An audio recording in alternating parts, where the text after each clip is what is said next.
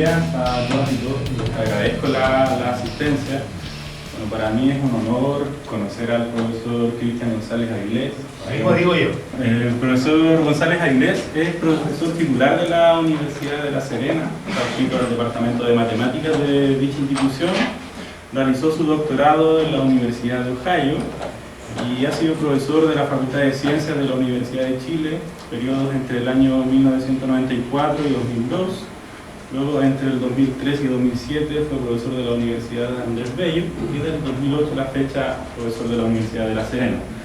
Su área de trabajo, si yo lo digo bien, me corrige por favor, es una intersección en teoría de números y geometría algebraica, y esta disciplina más conocida como geometría aritmética, de la cual él es un pionero en Chile, donde publicó su primer artículo en el año 2000 en Translation of the American Mathematical Society. Así que para mí es un honor, por lo que yo busqué, para mí es un honor presentarlos y muchísimas gracias, profesor, y nos presenta su charla titulada sobre la estructura del esquema de Picard. Gracias, profesor. Muchas gracias por la invitación, por la asistencia, el interés. Estoy contento de estar aquí y quiero hablar sobre la estructura del esquema de Picard y que la palabra esquema no les asuste porque no va a ser muy técnica la charla. ¿Ya? Vamos a tratar de grupos algebraicos, grupos cuya operación de suma, grupos conmutativos cuyas operaciones de suma están definidas por polinomios. Y que puede ser bastante complicado, ¿ya? Sumar dos números, dos elementos puede ser muy complicado porque el polinomio puede ser muy complicado, puede tener muchos coeficientes grandes, etc. Entonces hay que tenerle respeto, yo le tengo respeto. Ok, veamos si puedo hacer funcionar esto. Bueno, esta presentación está financiada por mi proyecto Fondesit, financiado por el Estado de Chile, toda la estadía. El computador fue comprado con fondos del proyecto, así es que los proyectos de investigación en Chile funcionan para juntar a los matemáticos, a los científicos, etc. Entonces, es maravilla. Well, yeah, point there. Ok.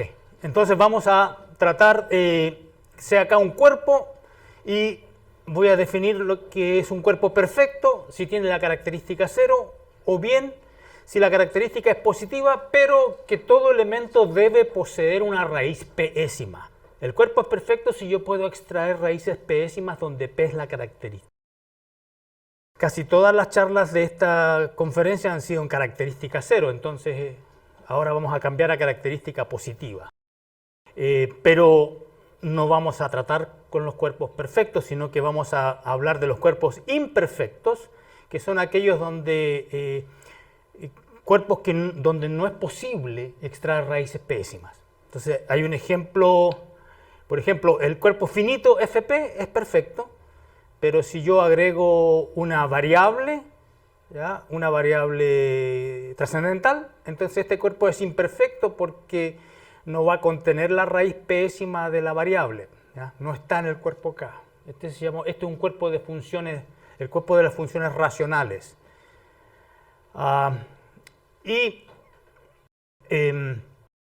Vamos a considerar una clausura algebraica del cuerpo y la clausura separable. ¿Qué significa separable? Que están ahí todas las raíces de los polinomios separables. ¿Y qué cosa es un polinomio separable? Que no tiene raíces en común con su propia derivada. Entonces, esa es la definición técnica.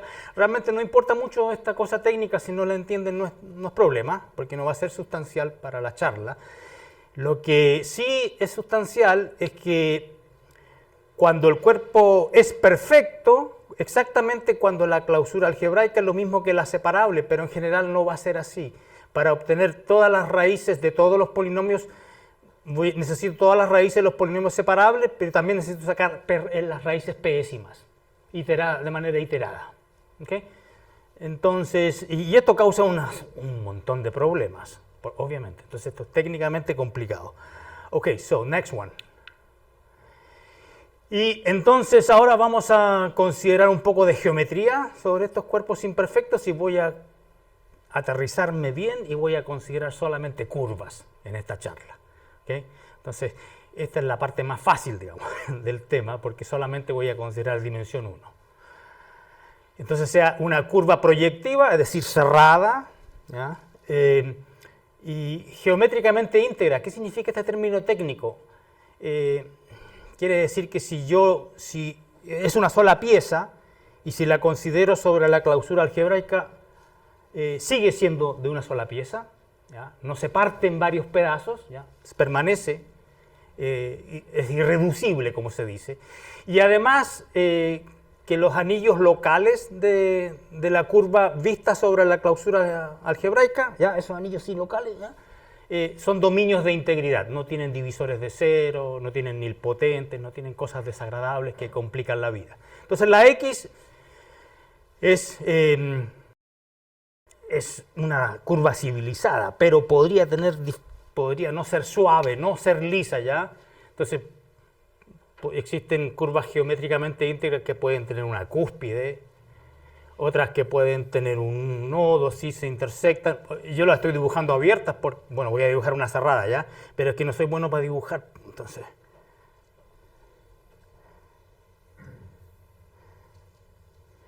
¡Ah! Esa no estuvo tan mal. Esa es cerrada y tiene un nodo ahí cuádruple, se juntan 4 o 5, no sé cuántas, ¿ya? Pero puede suceder eso en esta charla las curvas no son lisas en general, ¿ya? Y vamos a considerar su cuerpo de fracciones de polinomios definidas sobre la curva, y voy a definir un fibrado en recta sobre X. ¿Qué cosa es un fibrado en recta sobre X? Bueno, estas rectas son muy complicadas para definirlos, ¿ya? Pero voy a considerar, porque estas son singulares, digamos, no suaves. Entonces, ¿para qué complicar la situación? Voy a dar un ejemplo de un fibrado en rectas, por ejemplo, un círculo, ¿ya? Ya vamos a considerar un ejemplo, ¿ya? Pero voy a definir qué es un fibrado en recta sobre X. Bueno, no sé, capaz que algún especialista en geometría me diga, ¿cómo se te ocurre imaginarla así? Bueno, pero así me la imagino yo. De una curva y un fibrado en recta simplemente son manojos de rectas que están flotando sobre la curva, ¿ya? Y hay un fibrado especial. Por ejemplo, en el círculo yo puedo considerar todas las curvas, las rectas tangentes, ¿no? Las rectas tangentes, porque estamos hablando de fibrados en recta. Claro, todas estas se van a intersectar, entonces, no estuvo bien eso. El pulso, ¿ya? Nunca más tomo cerveza. Ya, ok. Ahí están todas las rectas tangentes y uno, obviamente, no las quiero así, las quiero organizar. Entonces, uno las organiza. Esto está en Wikipedia, ya, de ahí lo saqué. Entonces, uno las organiza y las organiza así. ¿Ya? Ese se llama el fibrado tangente, porque está formado por las rectas tangentes del círculo y uno forma un fibrado en rectas, y eso se llama el fibrado tangente, es uno de los posibles. ¿Ya? Y todos estos fibrados en rectas que están flotando sobre la curva, realmente yo puedo definir una operación de grupo, aunque parezca raro, porque estos fibrados en rectas realmente, en el fondo, íntimamente, son espacios vectoriales de dimensión 1, porque son rectas nomás, ¿ya? Entonces uno puede tensorizar dos espacios vectoriales de dimensión 1 y nuevamente le aparece un espacio vectorial de dimensión 1, ¿ya? Entonces, no pasa de dimensión superior, porque si tiene uno de dimensión 1 con uno tensorizado, uno de dimensión 2, sale de dimensión 2, pero dimensión 1, esa es la gracia, que uno puede definir una operación entre ellos. Y eso forma un grupo abeliano, ¡qué maravilla! Entonces, se forma el grupo de Picard. Este no es por el capitán Picard de la serie Star Trek, es por un matemático francés, Émile Picard, de finales del siglo XIX, principios del XX, un gran geómetra. Y él definió este grupo de Picard, y bueno, ¿cuál es el objetivo? El objetivo es conocer, aprender un poco de la geometría de la curva, ¿ya? Eso puede ser bien difícil, pero si le asignamos un grupo abeliano, nosotros sabemos bastante de los grupos abelianos, ¿no es cierto? Porque tomamos cursos de álgebra donde hablamos de los grupos abelianos, sin estructura, ¿ya? Puede que no sea finito, pero bueno, abeliano, ¿ya? Y se denota por Picard X ese grupo, ahí está. Entonces dice Voy a leer lo que escribí. Un fibrado en rectas es una familia de rectas definidas organizadas apropiadamente. Ahí hay un ejemplo. Por ejemplo, el fibrado tangente y las clases de isomorfía de fibrados en rectas forman un grupo conmutativo bajo el producto tensional. Eso es lo que traté de explicar verbalmente. Olvidé mencionar esto de las clases de isomorfía. Hay isomorfismos entre ellas y uno divide por eso. Son cosas técnicas que no nos vamos a preocupar de eso. Forman un grupo. El grupo de Picard. ¿Y qué cosa es el esquema de Picard? Lo que pasa es que estos grupos abelianos realmente se pueden realizar, se pueden ver como puntos realmente de un grupo. Hay un grupo algebraico subyacente, escondido por ahí, de manera que ese grupo algebraico, definido sobre el cuerpo K, cuando yo evalúo este grupo algebraico en la clausura separable, me da el grupo de Picard de la curva vista sobre la clausura separable. Tengo que tomar la curva que estaba sobre K, la veo sobre la clausura separable, sigue siendo una curva, le tomo el grupo de Picard ahí, y ese grupo resulta que son los puntos KS racionales de este grupo algebraico. Entonces, aquí tengo una estructura algebraica, un grupo, y estudiando la estructura de este grupo yo puedo tratar de averiguar algo sobre la geometría de la curva. ¿Ya? Entonces, esa es la idea. Entonces dicen, nos interesa estudiar la estructura de su componente conexa. Bueno, este grupo puede que no sea conexo, puede que tenga varios pedazos, ¿no es cierto? Pero vamos a considerar aquel pedacito que contiene al cero del grupo. Y esa es la componente conexa del cero. Y este es un grupo algebraico conexo, sí, porque es una componente conexa, y es liso, es suave, y eso se debe a que es una curva. Si yo considerara una superficie, ya ahí aparecen elementos nilpotentes, y entonces se complica, pero no quería meterme en esos temas, ¿entiendes? Pues ya me metí. Okay. Bueno, pero es lo que estaba haciendo yo, trabajando con curvas, para que vean que con curvas es más fácil. ¿Okay? Pero obviamente que vamos a ver que no es más fácil. Yeah, okay. ¿Y qué significa que sea liso? Aquí voy a definir liso. Dice, los anillos locales del grupo vistos sobre la clausura algebraica no contienen elementos nilpotentes. Eso es liso. Liso significa que sobre la clausura algebraica no hay elementos nilpotentes. Entonces, esa vista sobre K barra, esa no es lisa, porque aquí el anillo local tiene elementos nilpotentes, es una singularidad. Y aquí esta, también trabajando siempre sobre K barra, entonces aquí también hay un problema. Hay elementos nilpotentes en el anillo local ahí, ¿ya? Y no solamente esta, están abiertas, hay una cerrada que es famosa, no sé si es famosa, la conocí hace poco. Es una cúspide ramboide, se llama una curva ramboide que viene de pájaro, pico del oro. ¿Okay? Y esta es una curva cerrada y ahí también hay serias dificultades por los nilpotentes. ¿Okay? Entonces, ya, perfecto. Veamos qué pasa en la siguiente diapositiva, siguiente página. Si la curva es lisa, es decir, no tiene esos problemas, ¿qué significa? Que X barra significa X vista sobre la clausura algebraica. ¿Ya? X barra significa que los anillos locales, ¿qué significa lisa? En caso de curvas, es que los anillos locales no contienen nilpotentes, es equivalente que decir que la curva es normal. ¿Qué significa normal? Estamos entonces pasando a álgebra conmutativa, los anillos normal, dominios de integridad normales, significa que son integralmente cerrados en este cuerpo de funciones. ¿Qué significa integralmente cerrado? Significa que toda ecuación polinomial mónica con coeficientes enteros tiene todas sus raíces abajo. ¿Ya? Eso es integralmente cerrado. Esto es una cosa de álgebra conmutativa. Ok. All right, good. Y si la curva entonces es lisa, el esquema de Picard conexo usualmente se llama J de X, porque esta resulta ser una variedad abeliana y que se llama la variedad jacobiana de X. y que todos mis colegas que trabajan en geometría algebraica compleja la conocen muy bien, la jacobiana, de una curva suave, una curva lisa. ¿Ya? Así que es una variedad abeliana, es un grupo algebraico compacto, cerrado, y sobre las variedades abelianas se conoce mucho. ¿Ya?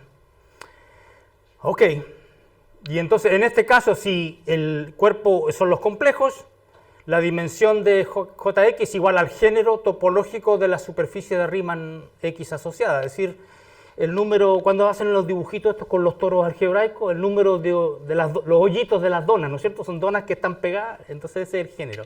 Es lo que llaman la dimensión. La dimensión de la jacobiana es igual al número de los agujeros de dona que puse yo. Usé la expresión en español. En particular, miren qué fome, pero qué fome. Si la X es la recta proyectiva, una curva más simple no pude encontrar, no hay. La curva proyectiva más simple es la recta, y ahí la jacobiana es 0. Fome. ¿Y es por qué? Porque el esquema de picar completo, no el conexo, es los enteros nomás, y etcétera. De hecho, y esto vale para cualquier cuerpo K, no tiene por qué ser los complejos. Eso es, entonces son súper simples, por lo menos en ese caso. Ok, so, next one. Si una curva X es normal, perdón, no dice sí, dice una. Es una equivalencia. Este es un teorema, un pequeñito teorema. Una K curva es normal. Estoy hablando ahora sobre el cuerpo base, ¿ya? No estoy hablando sobre la clausura algebraica, estoy sobre el cuerpo base. Una curva es normal si solamente la misma curva, pero mirada sobre la clausura separable, es normal. Luego, si K es perfecto, entonces una curva va a ser lisa sobre abajo, sobre K, si es lo mismo que ser lisa sobre la clausura algebraica. Entonces, cuando es perfecto, la curva que sea lisa abajo basta. Y va a ser lisa arriba, va a ser normal en todas partes. Maravilla, pero eso es si el cuerpo es perfecto. Pero en general, existe... ¿Qué pasa si uno toma una curva arbitraria? Una curva arbitraria, hay un procedimiento para tratar de hacerla suave, tratar de hacerla lisa, que se llama el proceso de normalización, que es similar a que uno tiene un anillo y le toma la clausura íntegra. O sea, le agrega todas las raíces de todos los polinomios mónicos con coeficientes enteros, entonces va a ser normal por definición, porque estoy tomando la clausura. Ya, entonces este procedimiento de álgebra conmutativa, del curso de álgebra 2 o álgebra 3, por ahí, se puede generalizar a geometría, y entonces yo le puedo asignar una curva normal. Se llama normalizar la curva con las esperanzas de que esta curva normal sea lisa. Bueno, si el cuerpo es perfecto, con que sea normal, ya estamos listos, porque ser normal abajo es lo mismo que ser normal arriba, ser lisa, perfecto. Entonces ahí no hay problema. Y dice, la cual se obtiene a partir de X tomando la clausura entera en cada X. Eso es lo que expliqué recién, ¿ya? El tema de álgebra 2. Ok, y en general, como te digo, existe un diagrama. Si tengo una curva, por muy fea que sea como esa, o como aquella, de las singulares, existe un procedimiento para normalizarla. Y aquí, ¿qué cosa es el spec R? Este R es un álgebra que codifica los puntos problemáticos, digamos. Aquí están los puntos singulares. Y dice R es una K álgebra artiniana, tal que bla, bla, bla. Spec R es el sitio no normal. Entonces, el sitio no normal ahí es ese punto. El sitio no normal ahí es ese punto, y el sitio no normal es ahí, ese punto. Claro que una curva puede tener varias cúspides, o sea, puede ser súper complicada. Entonces, pero aquí wait a minute, that's not right. Aquí hay una cantidad finita de puntos, digamos. Por eso es una K álgebra artiniana, es infinito nomás. Porque estamos en curva, es lo más simple. Y este nu se llama así porque es el morfismo de normalización, el que normaliza. La curva puede ser muy mal educada como aquella, pero la puedo normalizar. Ok, so far so good. Y por el trabajo de un matemático francés, Brion, el diagrama anterior induce un muy excelente trabajo, fue un excelente trabajo que publicó él en una revista en China. ideas brillantes, etc. Entonces, a ese diagrama que yo mencioné, él usó ese diagrama para obtener alguna información sobre el grupo que a mí me interesa. A mí me interesa realmente conocer la estructura de este grupo algebraico cuando la X es singular y muy fea y que tenga varios de esos defectos. Entonces, él hizo un gran paso adelante en este problema porque logró asociar, este grupo, asociarle el grupo similarmente definido, pero sobre la curva normalizada. Entonces, ahí uno tiene esperanza de que esto sea una variedad abeliana, porque si la curva normalizada es suave, ahí tengo la jacobiana y me sale una variedad abeliana que yo tengo mucha información. A propósito, si ustedes no han visto esto de las sucesiones exactas, esto es una sucesión exacta, que significa simplemente que esa aplicación que está ahí es sobreyectiva y su núcleo es isomorfo a este objeto. ¿Ya? Eso es todo lo que significa. ¿Okay? Entonces, esta aplicación epi y el núcleo es la imagen de esto que es inyectivo. Este se mete dentro. Y este es un grupo afín, es decir, no va a ser una variedad abeliana, es un grupo lineal, es decir, se puede meter dentro del grupo general lineal de algún espacio vectorial. ¿Ya? Es un grupo lineal. Y se llama el grupo de unidades relativo. Se llama el grupo de unidades relativo de S sobre R. Recuerden que S, no lo mencioné, debería haberlo mencionado. El S es la imagen inversa bajo nu de los puntos problemáticos, allá arriba. ¿Ok? Ok, so es un grupo de unidades relativo y se llama así porque ahí aparecen, cuando tú evalúas en K, me da el cociente de las unidades de S dividido por las unidades de R. Realmente, bueno, es todo lo que voy a usar sobre ese grupo, es la definición nomás, es un grupo de unidades relativos. Y la estructura de este grupo ha sido estudiada en cierto detalle por el señor Brion, mi colega, y como cualquier otro grupo algebraico conmutativo, afín, liso y conexo, porque este resulta que es liso y conexo. Y este también, son todos lisos y conexos por el tema de la dimensión 1. Y como cualquier grupo lineal, este se puede estudiar en base a grupos lineales más simples. Este T es lo que se llama un toro algebraico, ya voy a decir qué cosa es un toro algebraico, y este U se llama así porque es unipotente, y también voy a decir qué cosa es un grupo unipotente en la próxima página. Hasta el momento, ¿hay preguntas o no? ¿Está muy complicado, muy rápido? ¿Fome? Ok, está bien. Bueno, pero es que esta es la parte introductoria, después vamos a ver dónde aparecen las cosas más interesantes, ¿ya? Y ojalá menos técnicas, pero tengo que meter un mínimo de lenguaje técnico. Es inevitable en matemática. ¿Qué significa que T es un K-toro algebraico? Es decir, es simplemente... Bueno, hay un toro algebraico que es muy simple, que es el grupo multiplicativo. Este es el toro algebraico más simple posible, tiene dimensión 1, se le llama escindido, trivial, etc. Hay varias maneras de denigrarlo al pobre, ¿ya? Un grupo piñufla, ahí está. Ok, entonces el GM es un grupo piñufla y un toro y también tomar el producto de él consigo mismo también es bastante simple porque son copias nomás. Y un toro algebraico es un grupo algebraico que cuando yo lo veo, lo miro sobre la clausura separable, resulta que es este número de copias del grupo multiplicativo. Entonces es bastante simple, pero va sobre la clausura separable, es decir, es una forma de...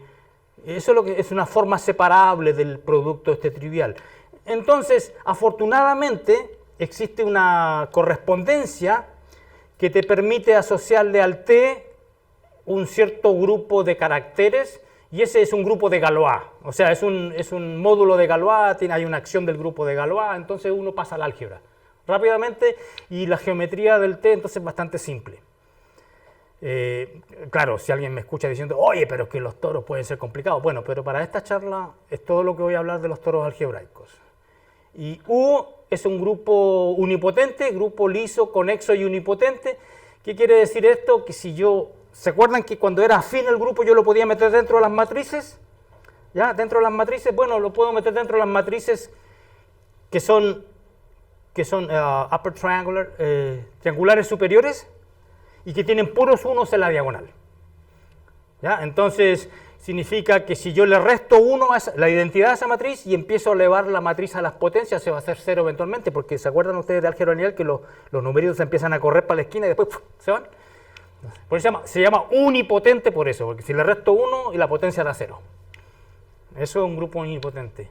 Y una manera más abstracta de definirlo es decir que es una extensión iterada de copias del grupo aditivo. Este también es bastante simple, este grupo, también es piñufla. Es el grupo aditivo sobre la clausura algebraica. Entonces, en particular, el grupo unipotente va a contener una copia de este.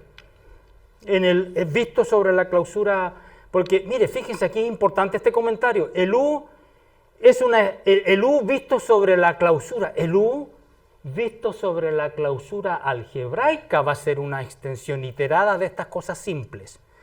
Pero ya, como he mencionado en esta charla, que algo sea simple arriba puede que abajo sea muy complicado, porque se simplifica al elevarse uno a la clausura algebraica, ¿ya? De hecho, eso es exactamente el tema de esta charla. Y en esta charla voy a decir hacia el final que la esperanza de que podamos resolver las singularidades de todas las variedades en todas las características, imposible. Jamás se va a lograr, digamos, así va a terminar la charla, con una noticia negativa, de que no es, que según mi opinión personal, ¿ya? O sea, que ojalá que no salga esto para afuera, porque la gente que ha dedicado su vida a resolver singularidades, si me escuchan, me van a romper los neumáticos del auto, probablemente, mínimo, ¿ya? Porque voy a decir que no, la conclusión es que no se pueden resolver las singularidades sobre cuerpos imperfectos. Entonces, bueno, más voy a hablar sobre eso hacia el final, ¿ya? Cada toro algebraico se corresponde con su módulo de caracteres, este es lo que mencioné antes, ¿ya? El cual es un grupo abeliano libre, es decir, son copias de Z nomás, pero la complicación viene que está equipado con una acción del grupo de Galois. Entonces aquí pasamos a la álgebra como yo mencionaba. ¿Ah? Ya, por fin. El único defecto es que me salió la palabra en inglés ahí. Debería haber puesto ejemplos. Ok, entonces hagamos algunos ejemplos. El brión, si en ese diagrama de hace un rato, yo creo que es más fácil dibujarlo acá que andar retrocediendo, ¿no?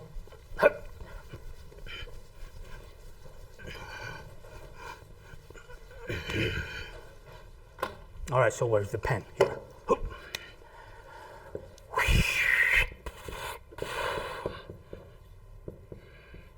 Come on.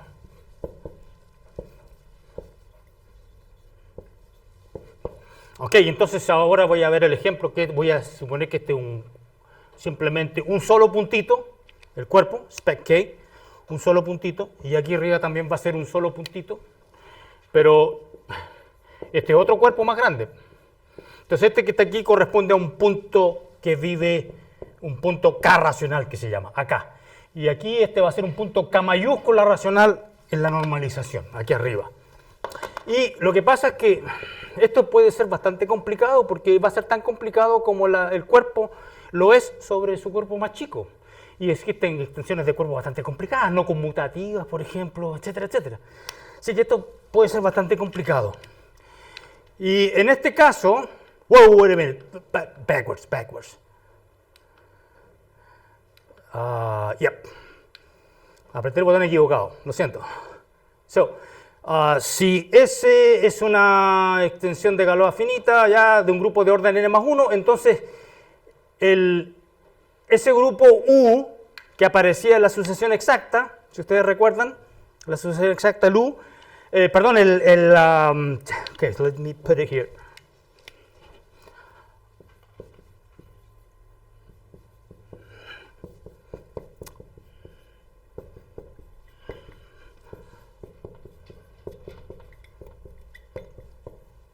Esa es la sucesión exacta de Brion. Entonces, este grupo que aparece acá, en ese ejemplo que estoy viendo, es exactamente un grupo, es un toro algebraico y tiene cierta dimensión y el módulo de caracteres se puede... ¿ya? Y aquí esto corresponde, aquí corresponde esto, a cuando aparece una singularidad, cuando yo tengo una curva con una singularidad así, de este tipo, ¿ya? Y aplico el procedimiento de Brion, la normalizo, y entonces ese punto causa la aparición de un toro algebraico, ese que está ahí de un tipo bien preciso. ¿Ok? Entonces el efecto de las singularidades es que aparecen aquí en el grupo lineal, este. ¿Ya? Y aquí tengo otra situación. Si yo tomo nuevamente spec K, pero tomo lo que se llama arriba un punto, o sea, un punto con sobrepeso, ¿ok? Para no ofender, porque en inglés se llama fat point, un punto gordo, ¿ok? Entonces, es simplemente dividir por x cuadrado, entonces este anillo S tiene nilpotente, la x al cuadrado da 0 aquí, entonces como un infinitesimal. Entonces, cuando aparecen ahí, cuando aparecen interacciones infinitesimales, es cuando aparece el malo de la película, las cúspides. En las cúspides aparecen ahí los grupos infinitesimales. Ok, so, next. Si xn es una curva lisa, es decir, normal sobre K barra, entonces este grupo algebraico es una variedad abeliana, como ya lo había mencionado. En este caso podemos decir que esta sucesión constituye una descripción más o menos adecuada del problema, porque ya sé que esto es una... Pero fíjate, el X normalizado tiene que ser liso, ya, o sea, que con normalizar resuelvo todos estos defectos. Entonces ahí ya aparece una variedad abeliana, ahí aparece un grupo lineal, y Brion estudió la estructura de eso, entonces ya me quedo tranquilo, estoy bien, yo con eso puedo seguir trabajando, ¿ya? Pero el problema que esta curva normal no es necesariamente lisa, o sea, esta normalización va a ser lisa, va a resolver todas las singularidades si el cuerpo es perfecto. En este caso la situación es verdaderamente satisfactoria, pues esta descomposición, además este grupo se descompone como un toro y además esta descomposición es trivial, es decir, el grupo del medio es un producto directo del toro con el unipotente y más fácil que eso no se puede. Pero eso es solamente en el caso perfecto. Ok, y más aún, el U que está ahí es una extensión iterada de copias del grupo aditivo sobre la base. Es decir, no es necesario llegar hasta arriba como en la definición de unipotente. En ese caso decimos que el U es escindido, no se dice trivial, se dice K escindido, que abajo ya es simple. Y tales grupos son bastante simples de varios puntos de vista. Luego, si K es perfecto, ahí me quedo tranquilo. Variedad abeliana, toro algebraico, que puede ser tan complicado como la acción del grupo de Galois, y el unipotente U es papita, porque son copias del grupo aditivo nomás, incluso sobre la base. Ok, es el mundo perfecto, por algo se llama perfecto. Lamentablemente, si el K es imperfecto, existen K curvas normales, es decir, ya son normales, si le tomo la normalización no le va a pasar nada, porque ya nació normal. ¿Okay? Pero no son lisas. Y les voy a dar unas ecuaciones, ¿ya? Y voy a explicar por qué pasa esto. Y ustedes van a decir, pero es que es el teorema del binomio. Ya, ok.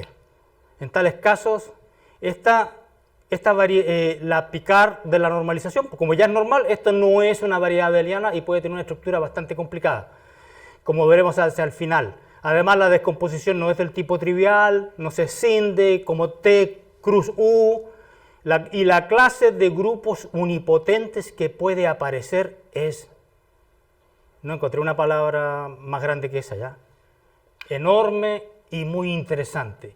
los grupos unipotentes que aparecen. A ver, comparemos. Es que tendría que juntar todos los mares de todos los planetas del sistema solar, por lo menos. O sea, son inclasificables. Por ahí parte el problema. Ya voy a ver, porque veamos algún ejemplo, por favor, un ejemplo, algo concreto. Acá va, ¿ya? P mayor o igual que 3. ¿Se acuerdan de este cuerpo imperfecto? Feo, ¿ya? Que no se le puede sacar raíces pésimas. Voy a considerar esta curva proyectiva y normal, o sea, proyectiva, normal, ya normalizarla no le va a pasar nada, y tiene esta ecuación afín, mira, y cuadrado, x menos 1, x a la p menos t. Pero aquí aparece un problema.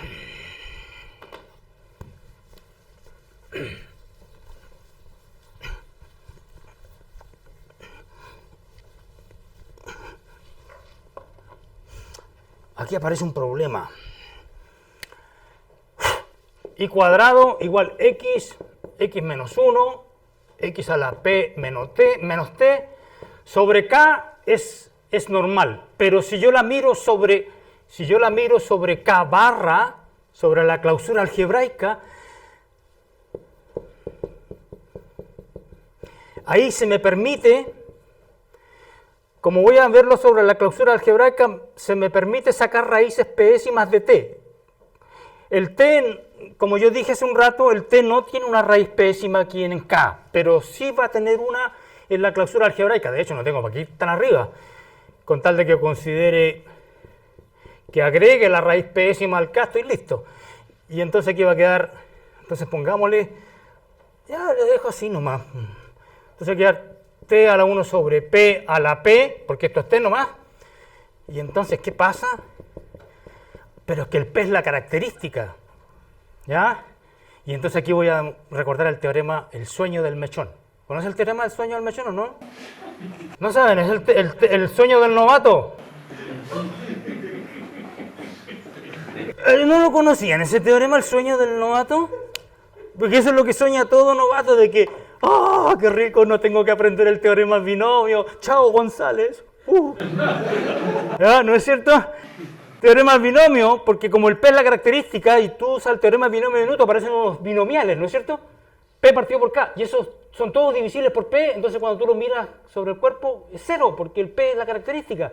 Entonces, chachín, qué buena onda. Entonces, bueno, pero por supuesto el estudiante, como el estudiante joven y no entiende mucho ya, entonces después se va a dar cuenta, mala idea el teorema, no es un sueño, es una pesadilla. ¿Por qué? Es una pesadilla porque ahora puedo sacar el P para afuera y me aparece un punto múltiple. P veces repetidos. Entonces, si tú tomas la derivada, ¿qué significa? ¿Cómo encuentra uno los puntos suaves, lisos, regulares? Uno toma derivadas parciales en ambos y si las dos no se anulan al mismo tiempo, estoy listo, es suave. Pero es que aquí va a aparecer la P, cuando tú derivas, bajas la P y la P nuevamente es cero. Y me va a dar las dos derivadas cero. Y ahí voy a tener un punto en la clausura algebraica. Esto es lo más tranquilo y suave sobre K. Y cuando lo veo sobre la clausura algebraica, ¡pum!, aparece una cúspide. Entonces, no es lisa porque tiene una singularidad sobre la clausura algebraica. ¿Ok? Tiene una singularidad sobre la clausura algebraica. Y eso es lo que esencialmente estoy diciendo en ese ejemplo. Está escrito ahí con todas sus letras ya. Yo, digamos, lo parafraseé, dije qué significa ya. Y la cúspide que aparece, wait a minute, backwards. La cúspide es de ese tipo, z cuadrado igual w a la p, porque el w hace un cambio variable, este lo pasa dividiendo para el otro lado, porque puedo sacar raíz de eso, porque estoy sobre k barra. Entonces me va a quedar una cúspide, y tú derivas eso de a cero. Y tiene una cúspide en el punto 0, 0. Ese es el punto desagradable, y no le voy a decir otra cosa, es desagradable, no lo voy a insultar. ¿Ya? Okay. Es desagradable ese punto.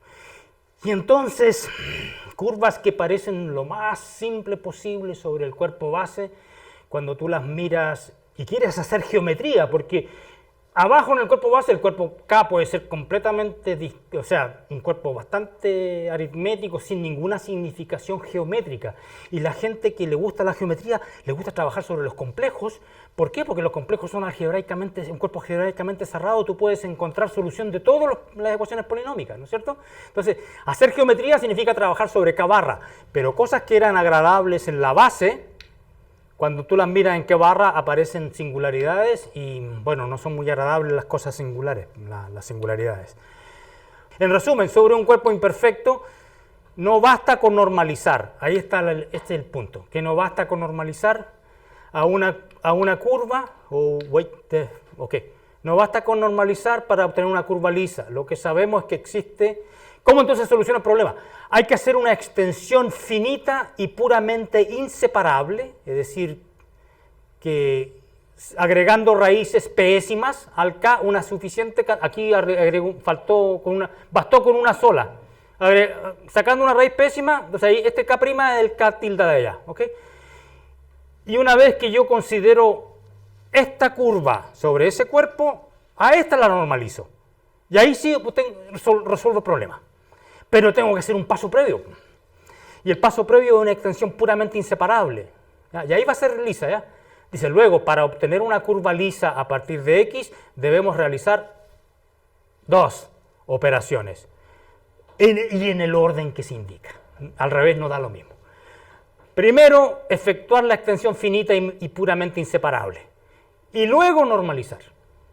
Al revés no funciona. ¿Ya? Porque podría ya la curva ser normal y si la normalizo no le va a pasar nada. ¿Ya? Eso es lo que acabo de decir, el orden realmente importa. Luego extendemos la base, ¿ya? Podríamos terminar con una curva no lisa, que es lo que dibujé acá, etc. Lamentablemente la curva lisa está definida, y entonces aquí, claro, levanto, normalizo, pero es que el problema es que esta curva está definida sobre el cuerpo más grande y no sobre K, por lo cual el procedimiento anterior solo nos entrega una descomposición del tipo deseado sobre el cuerpo más grande. Entonces ahí tengo la extensión, la sucesión exacta de Brión, pero ahora estoy trabajando sobre un cuerpo más grande. Y esta va a ser una variedad abeliana, pero ahí arriba. ¿Ya? En ese cuerpo K tilde, que puede ser, por ejemplo, ese. Y, bueno, como el esquema de Picard se comporta bien bajo las extensiones, uno podría preguntarse si esta a lo mejor realmente era de este tipo y que resultó llegar a esa extendiendo la base, o sea que realmente existe sobre abajo, que estaba sobre abajo en el K y que yo le extendí la base y llegué a eso. ¿Ya? Entonces esa es la pregunta natural, dice. Es natural preguntarse si esta proviene o no de alguna descomposición del grupo de Picard, del esquema de Picard sobre K, porque eso es lo que me interesa.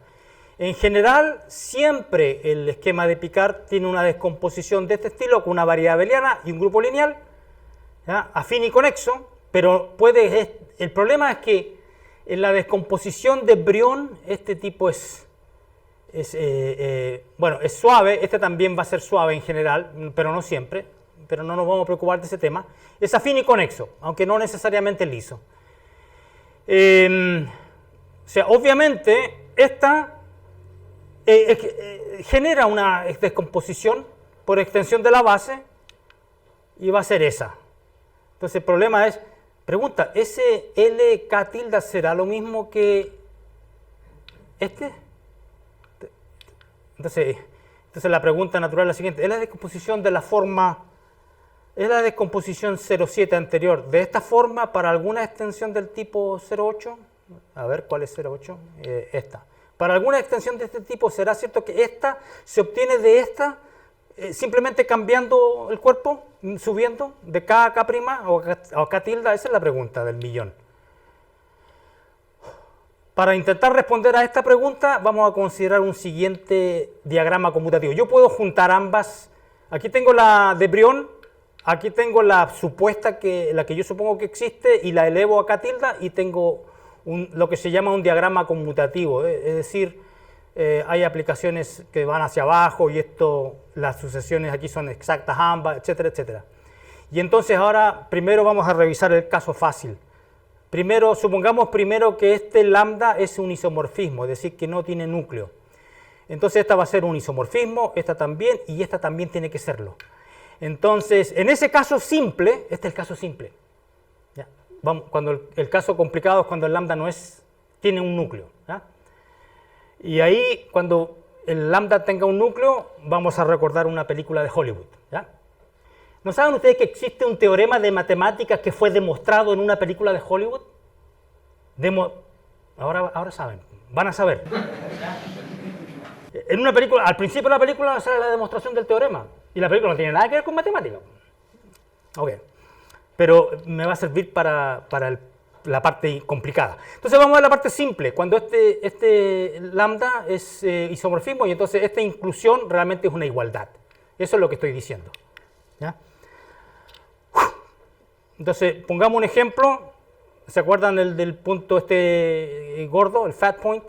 Donde hay una cúspide. Entonces, en ese caso... that's my finger. Okay. En ese caso, el LK tilde va a ser el mu, pero en este caso, cuando el punto gordo, este era el grupo trivial nomás, por el grupo aditivo, piñufla, ese ordinario, rasca. Okay. Entonces, y la pregunta es, ¿existen K grupos L aparte del grupo aditivo? Porque ese claramente es una solución. Si yo pongo el G acá y le leo, me da eso. Tal es que se ocurre este isomorfismo, la respuesta es sí, y una cantidad infinita. Hay una cantidad infinita de grupos L de dimensión 1, que si los veo sobre una extensión puramente inseparable, me dan el grupo aditivo. Estos grupos se llaman formas del grupo aditivo y se obtienen de esta manera. Y esto fue hecho por Peter Russell en el año 1970. Todos estos L's que tienen estas ecuaciones, y a la p a la n igual, eso, si tú los ves sobre K tilde, donde K tilde ya voy a decir qué cosa es, te da exactamente el G, el grupo aditivo. Pero son grupos de dimensión 1, son todos formas del grupo aditivo y hay una cantidad infinita de esas. ¿Ya? Y estamos en dimensión 1, el más ordinario, o sea, este grupo mu es de los más simples en la descomposición de Brión. El más simple posible, porque es el grupo aditivo nomás. Y para dar un ejemplo específico, supongamos que tengo la característica 3, el A no es un cubo perfecto para tener que realmente, o sea, que es imperfecto, y X este es un grupo afín, lo completo, me da la completación normal, no importa la definición técnica, pero va a ser una curva proyectiva y normal, y se obtiene agregando a un solo punto, una compactificación de Alexandrov, un solo punto, en el infinito, y el cuerpo residual da exactamente algo similar a eso, con P igual a 3, y el A es T, y ahí, fíjense, la curva vista sobre el cuerpo más grande y normalizado me da el P1. Y ya sabemos que tiene la variedad jacobiana más fome posible, 0. Y en ese caso, el pic 0 va a ser L, pero es que hay una cantidad infinita de ellos, porque el L tiene o sea, hay una cantidad infinita de posibilidades en el caso más simple. Luego, en este ejemplo, es una forma no trivial del grupo aditivo. Y ahora vamos a ver lo que son los grupos K enrollados. Aquí tengo un grupo y lo voy a enrollar. ¿Okay? Por eso se usa la palabra K enrollado. ¿Qué cosa es un grupo K enrollado? Es conmutativo, liso, conexo, unipotente, y se denomina K enrollado si no contiene ningún K subgrupo que sea isomorfo al trivial. Por ejemplo, toda forma no trivial del grupo aditivo de Peter Russell del año 70, por ejemplo, el grupo cuya ecuación acabamos de ver, es un grupo K enrollado, porque tiene dimensión 1, entonces, si tuviera una copia de G del grupo aditivo sobre K, como tiene la misma dimensión, tendría que ser todo, pero es que ya son formas no triviales, sabemos que no son el grupo básico, no son el grupo aditivo. Pero hay muchos otros. Y se piensa que clasificar a todos estos grupos K enrollados es intractable, intratable. Hay muchos otros. ¿Existe alguna curva tal que su esquema de picar sea un grupo K enrollado que no sea del ejemplo anterior, que no sea una forma de Peter Russell? Por supuesto que sí, pues obviamente, sí, esta es la ley de Murphy. ¿Ya? Si algo puede salir mal, va a salir mal. Si K incluso es una clausura separable, tengo este ejemplo, ¿ya? O sea, no lo tengo yo, alguien más lo consiguió, yo lo copié, digamos, es una curva, etc. Entonces, como se me está acabando el tiempo, vamos a saltar algunos pasos. Este esquema de picar es isomorfo a este grupo K enrollado de dimensión 2. Ya subió la dimensión 2. Pero contiene a uno de Russell, pero es una extensión no trivial, no se escinde. Y son todos unipotentes. Este no es un toro algebraico, este es una forma del... Este es una forma de... Y esta extensión es imposible escindirla. O sea, no puede haber una sección, porque si no el GA estaría metido dentro de G, pero es que el G está enrollado. Entonces, ahí hay otra, infinito más grande, porque estoy en dimensión 2. Y ahora consideramos el caso general.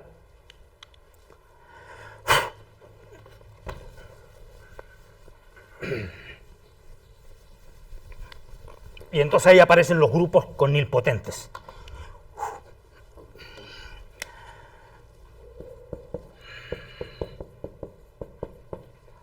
Yeah, A, B, C, yes, all right.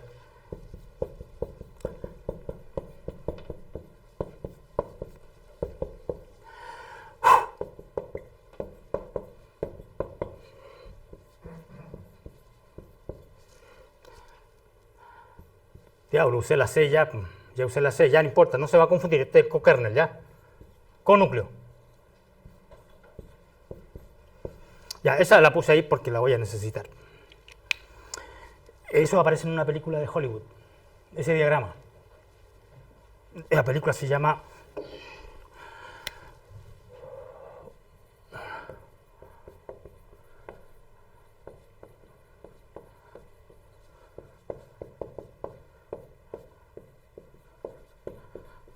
La actriz que falleció hace un par de años, Jill Clayburgh, que está en esa película que se hizo famosa en los años 90, quizás, 80, yo era joven en esa época, y tenía sueños y todo eso, ya.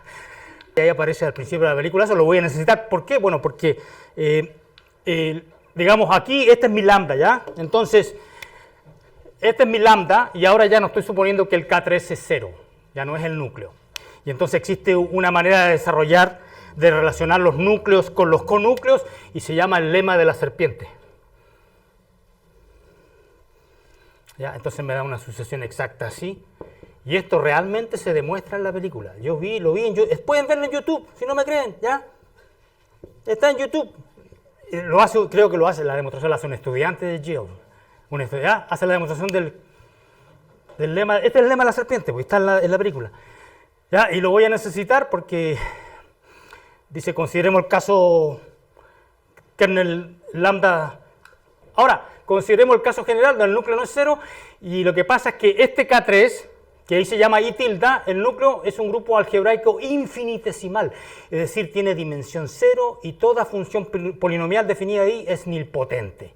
Por ejemplo, en el grupo aditivo yo leo a la potencia pésima y aparecen estos grupos donde las funciones son todas nilpotentes, y estos grupos son grupos algebraicos finitos, pero están llenos de nilpotentes, o sea, son completamente no lisos. ¿Ya?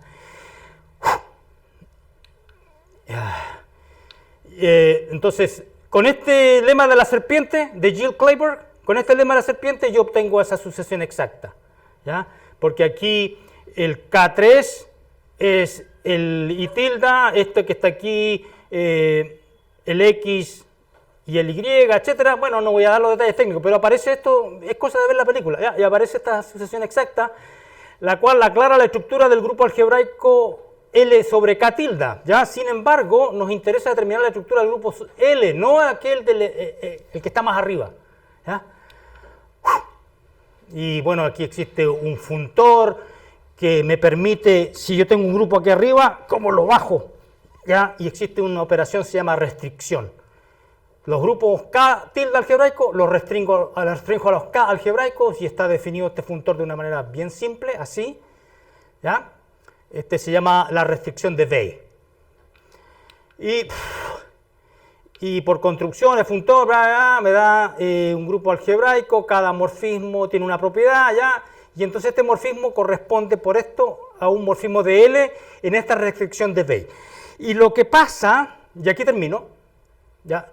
Que este grupo es infinitesimal, esta extensión es puramente inseparable, este grupo es finito, grupo algebraico finito, pero este grupo algebraico tiene usualmente dimensión positiva, no es finito, no tiene dimensión cero, o sea, no son puntos.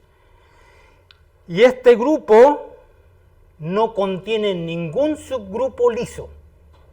El subgrupo liso más grande es el cero. Entonces este es totalmente singular. Entonces, bueno, ahí explico algunas cosas sobre más o menos técnicas, y lo que está escrito ahí es lo que acabo de decir verbalmente, porque se me está acabando el tiempo, totalmente singular. Y veamos un ejemplo. Ya, ok, el último ejemplo, y ahí se acaba la charla. Okay. Recordemos la curva problemática esta del teorema, el sueño del mechón, que resultó ser una pesadilla, ¿ya? Entonces voy a cambiar ahora, se va a llamar la pesadilla del mechón. Este ejemplo, ¿ya? Recordemos esta curva donde tiene una curva cuspidal arriba, ¿ya? Aparece la múltiple ahí, la normalizamos y obtengo una curva elíptica. Esa que está ahí es una curva elíptica que tiene, esta es la ecuación de Legendre. X, U es la raíz. Así que esta es una curva elíptica jacobiana de dimensión 1, qué maravilla. Pero esto estoy sobre K tilde, ¿ya? Esta es una curva elíptica sobre K tilde, sobre la extensión más grande. Y aquí tengo copias del grupo Piñufla ese, ¿ya? Pero el L no es una forma de este, como en el caso anterior, porque aquí molesta el infinitesimal. Cuando el infinitesimal era 0, cuando este gallo, el K3 era 0, el L me da una forma de este nomás, y Peter Russell podría haberme ayudado si es que este fuera P igual a 3, me imagino, porque con P igual a 3 me da dimensión 1 ahí. Si el P es más grande, es una forma de un grupo vectorial que se llama, o sea, y esos se clasificaron, pero las ecuaciones de Russell ahora son con matrices, o sea, peor. ¿Ya? Pero en este caso no, el L, porque este gallo molesta, entonces todo lo que puedo decir es que es una extensión de un L0 que está metido aquí adentro sobre K, y este L1 es totalmente no singular. Entonces, el corolario, aquí se acaba la parte técnica, pero el corolario, estas son las curvas, dimensión 1. O sea, si ustedes tratan de hacer esto en dimensión 2, o sea, ya ahí no van a aparecer, porque en dimensión 2 tú puedes tener no solamente puntos singulares, sino que cuando haces la cama tú y no te queda oye, me quedó la sábana chueca, ¿ya? Y te sale un lomo, y eso se llama ridge, una cresta, ¿no es cierto? Entonces, para resolver la singularidad no basta con normalizar, tenéis que sacarle la cresta. No, me refiero a resolver la singularidad, ¿ya? Hay que sacarle el problema, ¿ya? Entonces es más complicado, o sea, entonces esta esperanza de que podamos resolver las singularidades de todas las variedades algebraicas sobre un cuerpo imperfecto es una esperanza vana, en mi opinión personal. La teoría de desingularización, aún incompleta, tiene un artículo ahí que ustedes buscan en internet, dice, desingularización sobre cuerpo imperfecto, la demostración que aún esperamos. 50 años están esperando. Hace 50 años que no pueden encontrar. Entonces, como yo veo estos grupos totalmente singulares que aparecen cuando ellos tratan, y le llaman puntos canguros, porque aparecen estos grupos totalmente singulares, aparecen en los puntos canguros, y se llaman canguros porque saltan para cualquier lado, ¿no es cierto? Porque el canguro es un animal que no piensa. ¡Tum, tum, tum! Entonces, mi opinión personal es que nunca lograrán resolver las singularidades sobre un cuerpo imperfecto. Entonces, el corolario, ¿cuál es la moraleja? Sigamos a nuestros colegas de geometría compleja Elizabeth Gasparín, que dio singularidades ayer, ¿se acuerdan cuando tenía esos? Mi querida amiga Paola Comparín también trabaja con singularidades.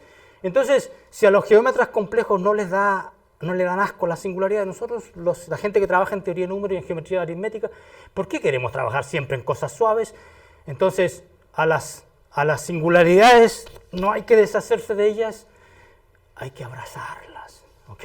Porque pueden tener utilidad para resolver problemas prácticos. Y la gente que trabaja en geometría compleja ya lo demostró. Pedro Montero, que habló ayer, ¿se acuerdan? Que él habló sobre la ecuación de Yau, que ganó la medalla Fields, y ¿qué es lo que hizo él? Una deformación singular. Partió del caso trivial. Entonces, y ese va a ser mi trabajo para los próximos 10 años más o menos. Mi trabajo va a ser aplicar la teoría de singularidades para tratar de resolver, por ejemplo, uno de los problemas del milenio, la conjetura de Birchis-Fenton-Dyer. Bueno, no me interesa el dinero. Obviamente, se ve, ¿no es cierto? No lo voy a intentar porque ofrecen $1 millón, porque yo he estado pensando en este tipo de para resolver desde antes de que apareciera el premio.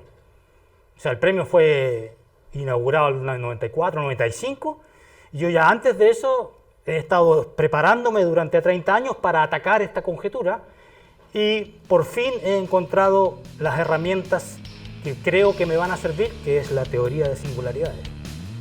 Eso. Muchas gracias.